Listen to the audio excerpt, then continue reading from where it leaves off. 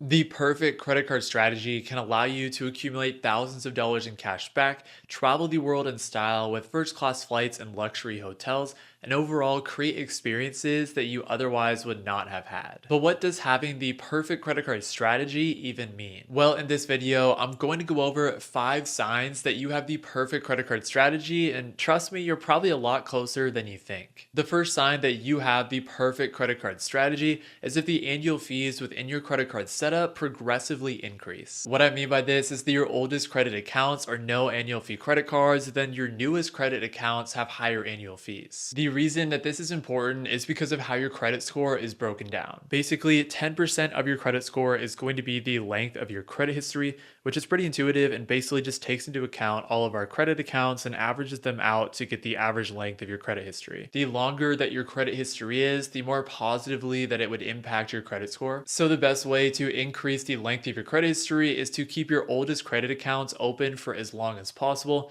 since over time they will continue to weigh the average age of your accounts higher and higher. But what would happen if your oldest credit accounts were cards like the Amex Platinum, the Delta Reserve, Marriott Bonvoy Brilliant, and other credit cards like that that have high annual fees? Well, there would be significant risks that at some point you need to cancel one or multiple of these high annual fee credit cards just because life happens, and making your credit card setup more lean is definitely pretty common. So if you understand where I'm going with this, if you were to cancel one of your oldest credit accounts, that would decrease the length of your credit history, which would also decrease the average age of your accounts, which is also going to negatively impact your credit score. However, if your oldest credit accounts were all no annual fee credit cards, then those cards would provide you with zero downside. You wouldn't have a reason to need to cancel them, and overall, you would be able to positively impact your credit score by increasing the length of your credit history over time. So I think a good sign that you have the perfect credit card strategy is if you progressively increased your annual fee exposure and basically climb the credit card ladder by starting with no annual fee credit cards and then working your way up from there. But just your oldest credit accounts being no annual fee credit cards is definitely not enough to have the perfect credit card strategy. And one way to make sure that you are maximizing the points that you are earning is to optimize welcome bonuses. Welcome bonuses are by far the best way to accumulate a significant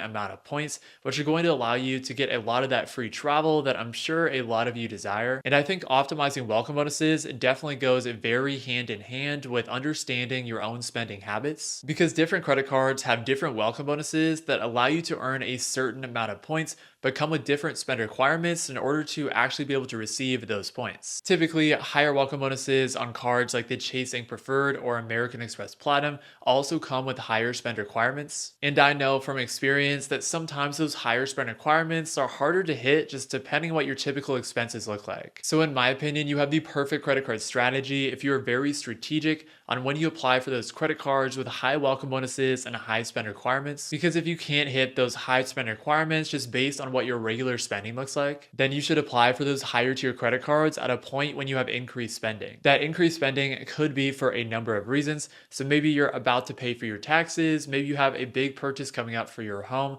or maybe you're about to get married and have some of those high wedding expenses. In my case, I did get married in 2023, so myself and my wife Lucia did end up applying for multiple new credit cards with higher spend requirements because again, we did have that increased spending with all of our wedding expenses. However, if it just doesn't make sense for you to apply for a new credit card just based on what your credit card roadmap looks like, then not only can you optimize higher spend for welcome bonuses, but you can also optimize your spend to hit spending caps for specific benefits. As an example, in 2023, during the same period that I got married, we spent $15,000 on my Hilton Surpass card in order to earn a Hilton free night certificate. We definitely aren't going to do this every year, but again, we took advantage of that higher spending to get a swim up suite room at the Waldorf Astoria Cancun, which I'll definitely say was well worth it. Okay, but even though optimizing time periods for when you have higher spending to get higher welcome bonuses is definitely a sign that you could have the perfect credit card setup, you also want to be strategic on the timing of when you get specific welcome bonuses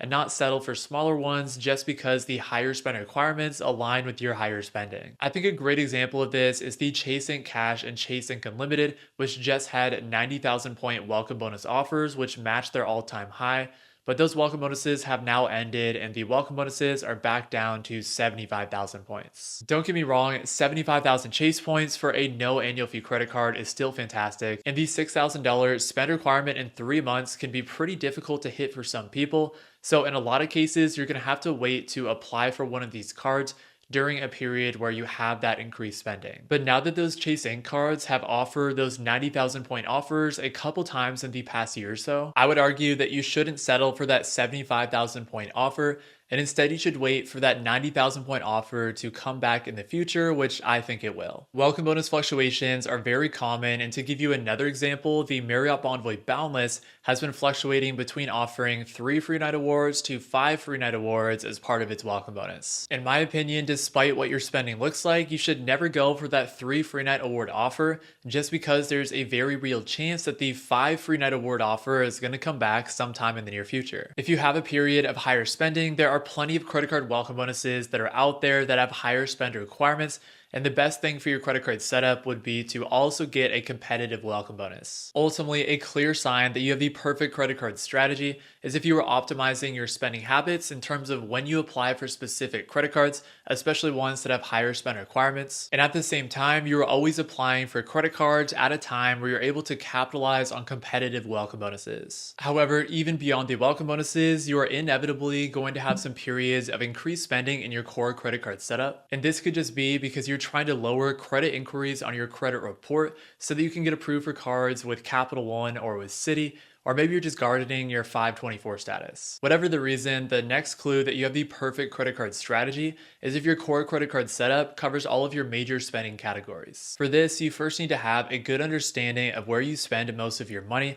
so I would recommend starting by creating a budget and tracking all of your expenses. And for most people, besides rent, your highest spending categories are going to be for like grocery stores, gas stations, or dining. And if we use my credit card setup as an example, this is definitely true because obviously rent is our highest expense, but then our highest spending categories outside of that are especially going to be for grocery stores and gas stations. Obviously, if we are working towards a spend requirement on a specific welcome bonus, then all of our spending is going to go on that card regardless of the spending category. However, when we do have periods where we are utilizing our regular credit card setup, we will use my wife's Citi Custom Cash as our dedicated gas station card to get 5x back on all of those purchases. We'll either use my Amex Gold card to get 4x back on dining, or the Built MasterCard to get 3x back on dining, and then we'll also use the Amex Gold card to get 4x back on groceries. And then of course, we're going to utilize my wife's Built MasterCard as our dedicated credit card for all of our rent purchases. Luckily, we are typically able to offset most of our major travel expenses with points, but when we do have a travel expense like an experience that we book through Airbnb,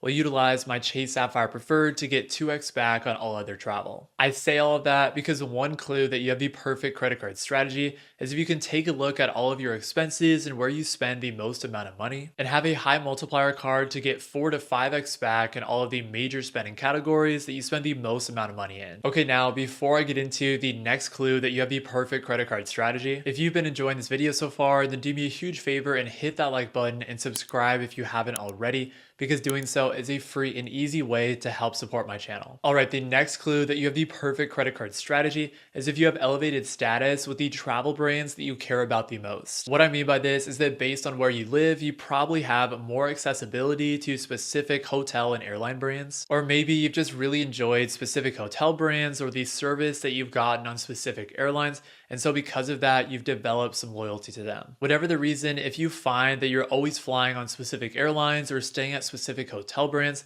then it might be a good idea to have elevated status with those brands to get additional benefits. Luckily, there are co-branded credit cards, which a lot of times are hotel or airline specific cards that are going to give you elevated status for holding those cards. As an example, the Delta Reserve card, which is the highest tier Delta co-branded airline card, will give you loyalty benefits such as a 15% miles discount when you book a Delta flight with points, a Delta Companion certificate, which includes the ability to use that companion pass for first class, free checked bags, priority boarding, Delta Sky Club visits, and upgrade priority on Delta flights. Obviously, if you're someone who is loyal to Delta, or maybe you live in Atlanta or somewhere near a Delta hub where there is a lot of accessibility to Delta flights, then it may be worth it to consider getting the Delta Reserve card or maybe a lower tier Delta credit card to get benefits like that companion certificate, lounge visits, and additional benefits with Delta Airlines. But arguably, even more so than airline credit cards, hotel co-branded credit cards are very well known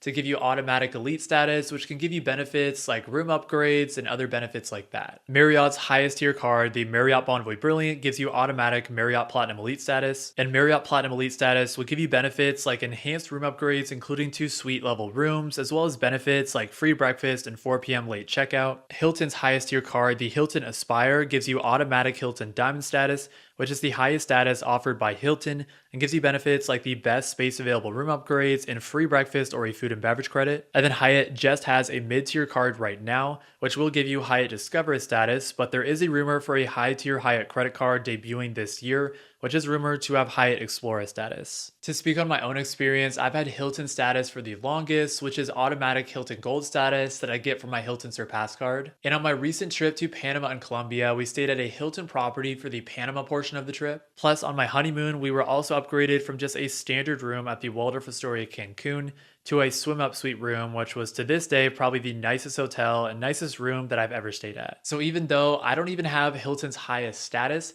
I can definitely speak firsthand to how valuable having elite statuses with specific brands can be, especially when you travel internationally, so there's less saturation. Finally, the last clue that you have the perfect credit card strategy is that you don't really care about your credit card setup at all. What I mean by this is that getting elevated multipliers of 3 to 5x back in your highest spending categories is great and all, but how much does that really matter when a standard welcome bonus is going to give you like 15 to 30% return on spend, which is going to be like 3 to 6 times higher than the elevated multipliers that you would get in your regular credit card setup. Even though I'm only 24 years old, my active credit cards are currently in double digits, but despite this, my plan is to continue cycling from welcome bonus to welcome bonus for the foreseeable future. I'm on team travel, so relying on my core credit card setup just doesn't move the needle enough because I'm 24 years old, I'm recently married, and I try to be as frugal as possible, meaning that I'm just not able to accumulate enough points from common spending to offset some of the major travel expenses for trips that I go on. But what has moved the needle for me is accumulating a significant amount of points and free net awards from different welcome bonuses, which, speaking on some recent experiences, I've been able to use to cover most of my major travel expenses during my honeymoon, and I was able to offset all of my major travel expenses, including a first class award redemption and lots of hotel nights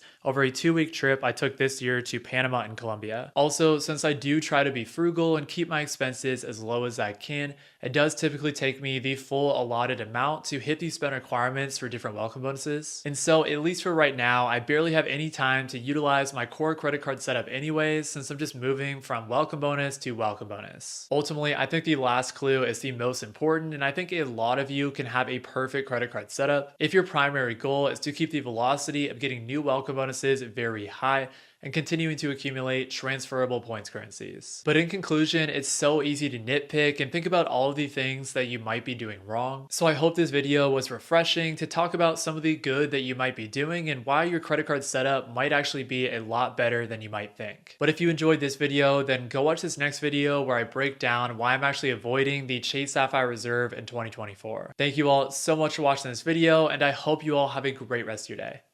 Peace.